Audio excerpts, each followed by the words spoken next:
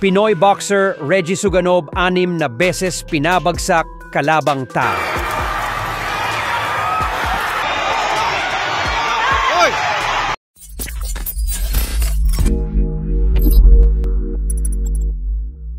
Isang napakagandang balita naman nga po para sa ating mga Pinoy boxing fans.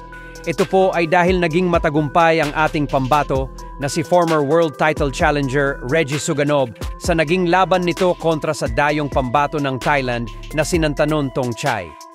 Ilang beses po itong pinabagsak ni Suganov sa mga unang bahagi pa lang ng bakbakan hanggang sa pagpasok ng third round ay dito na itinigil ng referee ang laban dahil sa sobra-sobra na ang pinsala na tinatamo ng Thai fighter.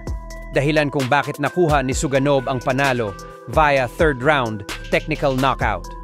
Dahil sa panalong ito ng ating kababayan, kaya naman umabanti na ngayon ang kanyang record sa 16 na panalo na may 6 na knockout at 1 talo.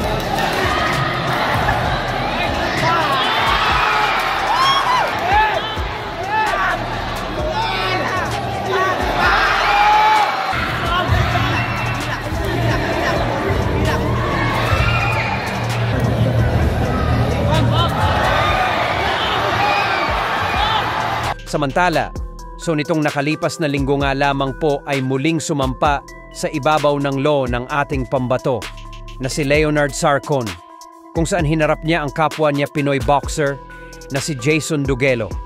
At sa bakbakan nga po na ito ay muling ipinamalas ni Sarcon ang kanyang tibay. At hindi na ito nag-aksaya pa ng panahon agad niya itong pinabagsak sa ikalawang round ng kanilang bakbakan.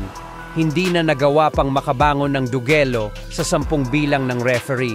Dahilan kung bakit nakuha ni Sarcon ang panalo via second round knockout. Dahil sa panalong ito ni Sarcon ay umabatin na ngayon ang kanyang napakalinis na record sa 13 panalo na 5 knockout at 1 talo. Habang ang kanyang kalaban naman na si Jason Duguelo ay lumagapak sa 10 panalo na may 3 knockout at 11 talo.